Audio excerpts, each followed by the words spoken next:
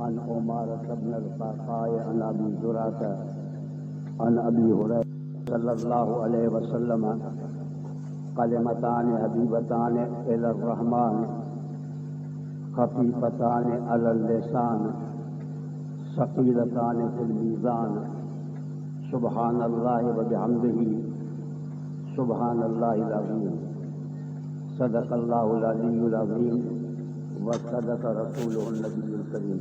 درود شریف پڑھو.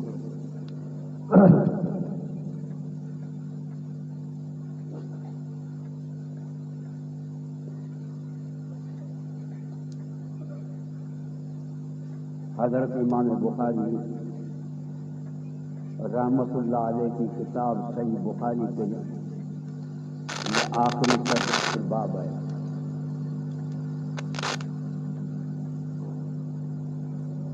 عام مصنفین کے عادت کے خلاف حضرت امام بخاری رحمۃ اللہ علیہ نے اپنے کتاب کی بدایت بدء الوحی سے کی. باب کیف کان بدء الوحی الی رسول اللہ صلی اللہ علیہ وسلم وقول اللہ عز وجل انا اوحینا الیک کما اوحینا الی نوح.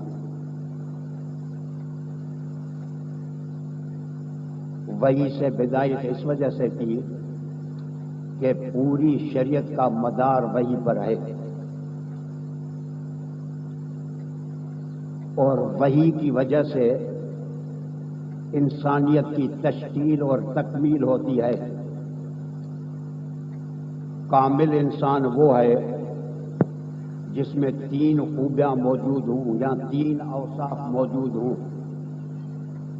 پہلی بات یہ ہے کہ اس کے عقائد صحیح ہوں اور دوسری بات اس کے اعمال صالح ہوں. تیسری بات اس کے اخلاق پاک اور اس کی معاشرتی زندگی بے داغ ہو. ان تمام چیزوں کا مدار وحی الہی پر ہے. تو معلوم ہوا کہ انسان کو کامل بنانا، انسان کو صحیح نمونے سے انسان بنانا، یہ وحی الہی اور شریعت محمدیہ کا کام ہے. اس وجہ سے حضرت امام بخاری رحمۃ اللہ علیہ نے اپنے کتاب کی بدایت باب وحی سے کی.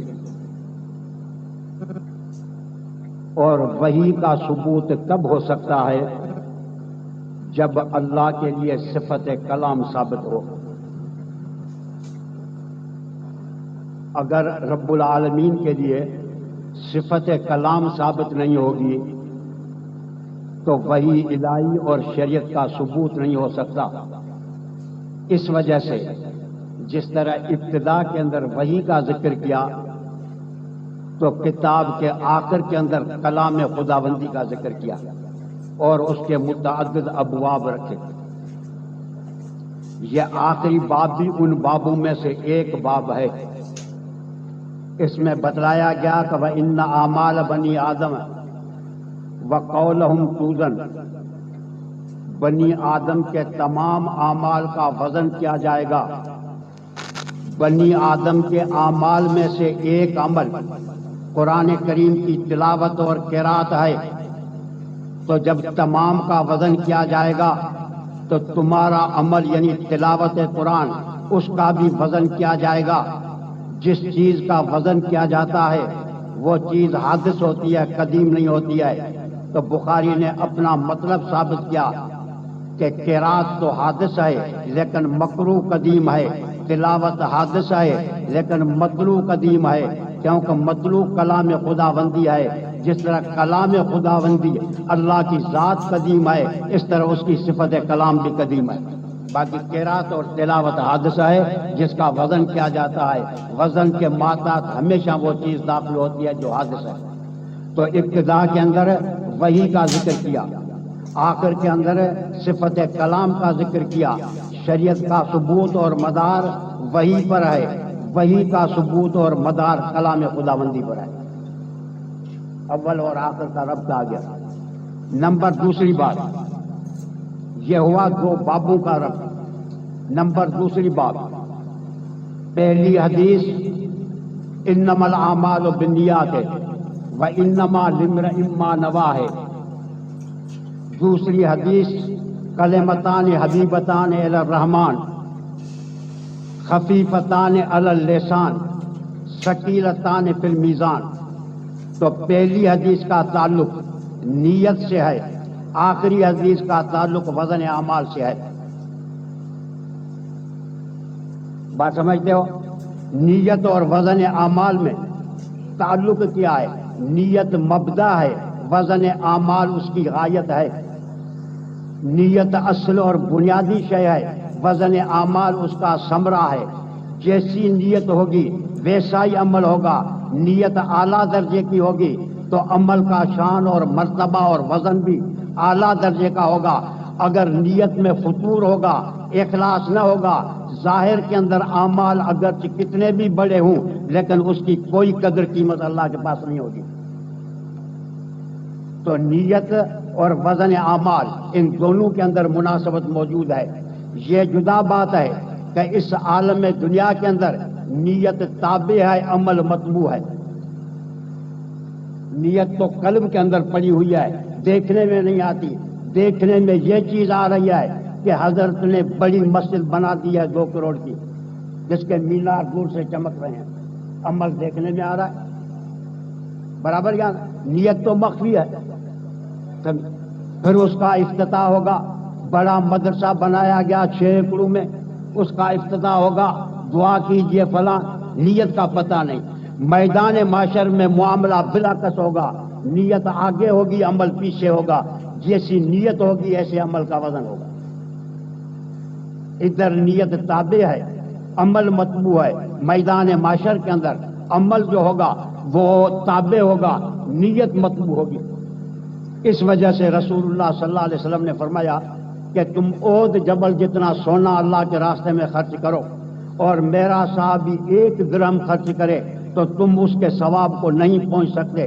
تم برابر سرمایہ دار ہو، کروڑ دے سکتے ہو، ان کے پاس مال نہیں تھا لیکن مدار نیت پر ہے، جو پاکائی نیت کی ان کو حاصل تھی وہ تم کہاں سے لاؤ گے؟ سمجھے؟ تو گویا کہ پہلے حدیث کا تعلق نیت کے ساتھ تھا اور دوسری حدیث کا آخری حدیث کا تعلق وزن اعمال کے ساتھ ہے۔ پہلی حدیث مبدا کے قبیلے سے ہے، دوسری حدیث غایت کے قبیلے سے ہے۔ دونوں حدیثوں میں بھی تطبیق ہو گئی، بابین میں بھی ہو گئی، حدیثین میں بھی ہو گئی۔ تیسرے نمبر کی بات یہ بھی اتفاقی باب ہے کہ انما الاعمال بالنیات کی حدیث وہ جس طرح سندن غریب ہے، اس طرح یہ آخری حدیث وزن اعمال کی حدثنا احمد بن اشقاب قال حدثنا محمد بن فضیل عن عمارة بن القعقاع عن ابی زرعۃ عن ابی ہریرہ، یہ بھی سندن غریب ہے۔ اور یہ مولوی حضرات جانتے ہیں کہ سندن غریب اس حدیث کو کہا جاتا ہے جس کے کسی نہ کسی مقام پر تفرد آ جائے۔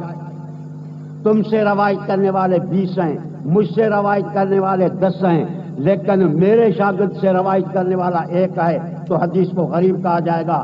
حدیث کے باب کے اندر قانون ہوتا ہے کہ الاقل حاکم علی الاکثر۔ ایک جگہ پر تفرد آ گیا تو پوری حدیث غریب ہو گئی۔ تو بخاری کی پہلی حدیث جو ہے وہ بھی سندن غریب، یہ حدیث جو ہے وہ بھی کیا ہے کہو سندن غریب ہے۔ تو سندین کے درمیان میں بھی مطابقت ہو گئی۔ پورا دین اس کا مدار 2 چیزوں پر ہے۔ دین اسلام کا مدار 2 چیزوں پر ہے، ایک روایت پر ہے، ایک درایت پر ہے۔ سمجھے؟ ایک روایت پر ہے، ایک درایت پر ہے۔ روایت کا کام اللہ نے محدثین سے لیا، درایت کا کام پروردگار عالم نے مجتہدین سے لیا۔ اس وجہ سے محدثین کو کہہ دیا گیا نظر اللہ عمران سمع مقالتی فوعاها فاداها کما سمع فرب مبلغ او عام سامع۔ فرمایا اللہ اس مرد کو خوش رکھے، اس مرد کو خوش رکھے جس نے میری حدیث کو سنا پھر ہو بہو سمجھ امت تک پہنچا دیا، کیونکہ امت میں بعض حضرات ایسے ہوتے ہیں اس کے دو معنی ہیں، آفز بھی ہے افہم بھی ہے، جو پہلے والوں سے زیادہ سمجھدار ہوا کرتے ہیں۔ تم نے حدیثوں کا ذخیرہ، الفاظ کا ذخیرہ یاد کیا، انہوں نے اس ایک حدیث سے 20 مسائل نکال دیے، تو امت کی کیا ہو گئی؟ کہو بھلائی ہو گئی۔ انہوں نے جزیات نکال کر کے کلیات کے ساتھ کیا کیا منطبق کیا۔ جن کو درایت نہیں ہے وہ ہمیشہ نقصان کے اندر رہے ہیں۔ یہ تو مجتہد کا کام ہوتا ہے، تو اس کو کیا ہوتی ہے؟ کہو درایت ہوا کرتی ہے، سمجھتا ہے حدیث کے لم کو اور حدیث کے علت کو، پورے کے پورے کو کیا کرتا ہے؟ سمجھتا ہے۔ جن کو درایت نہیں ہے وہ ظاہری الفاظ پر جم کر کے اپنے آپ کو تو متبع حدیث یا اہل حدیث سمجھتے ہیں، لیکن در حقیقت ان کا یہ عمل خلاف حدیث ہوتا ہے، حدیث کے مطابق نہیں ہوتا۔ پھر تو وہ کیا سمجھے گا؟ ایک حدیث میں آ گیا من حمل جنازۃ فلیتوضأ، جو کسی جنازے کو اٹھائے تو وضو کرے۔ جس کو درایت نہیں تھی، سمجھ نہیں تھی، اس نے کہا کہ گردن پر جنازے رکھنے سے وضو ٹوٹ جاتا ہے، حالانکہ اس کا مطلب یہ تھا کہ پیٹھ سے خون بہ رہا ہو تب بھی وضو نہیں ٹوٹتا ہے، اگر نکیری آ جائے پھر بھی وضو نہیں، تو آخر کون سا ناقض آ گیا؟ لیکن پیغمبر کے منشا کو انہوں نے سمجھا، فرمایا کہ جو جس جنازے کے اندر جاتا ہے، سندھی میں کہتے ہیں کاندھی ہوتا ہے، اس کو وضو کر کے جانا چاہیے، کیونکہ اصل مقصد نماز پڑھنی ہے، نماز بغیر وضو کے نہیں ہوتی، وہ بغیر وضو کے نہیں ہوتی۔ جنہوں نے درایت کو نہیں سمجھا، ایک ہی روایت کو سمجھا، وہ ایک عمل پر جم کر کے کھڑے ہو گئے۔ آپ آخر دیکھیں رفع یدین کا مسئلہ ہے، تکراری مسئلہ کسی بھی دور میں نہیں رہا، آج رہا ہے یہ تکراری مسئلہ، کسی بھی دور میں نہیں رہا۔ محدثین کو دونوں سامان مل گئے، ترمذی نے دونوں باب رکھے، رفع الیدین کا باب بھی رکھا، ترک رفع الیدین کا باب بھی رکھا۔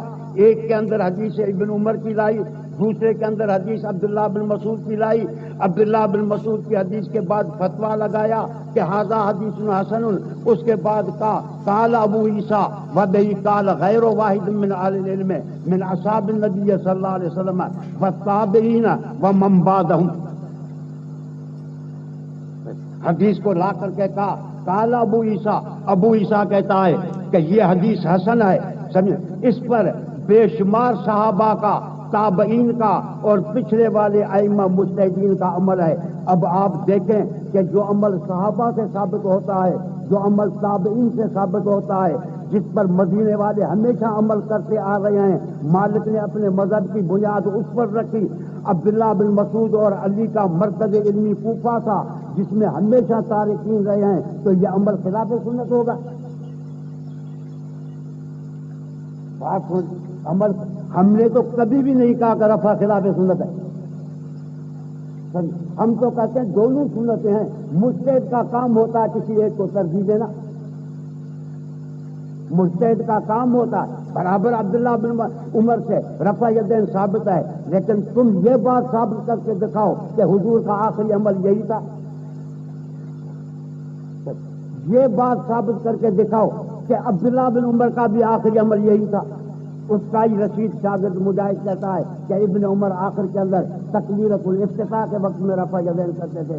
پھر بھی ہم یہ آج بھی نہیں کہتے ہیں کہ رافعین کی نماز صحیح نہیں ہوتی، لیکن تم دماغ اپنا سمجھاؤ کہ تم جو فتویٰ لگاتے ہو تو تارکین کی نماز نہیں ہوتی، تو عبداللہ بن مسعود کی بھی نماز نہیں ہوگی، اس میں حضرت عمر کی بھی نماز نہیں ہوگی، سمجھے؟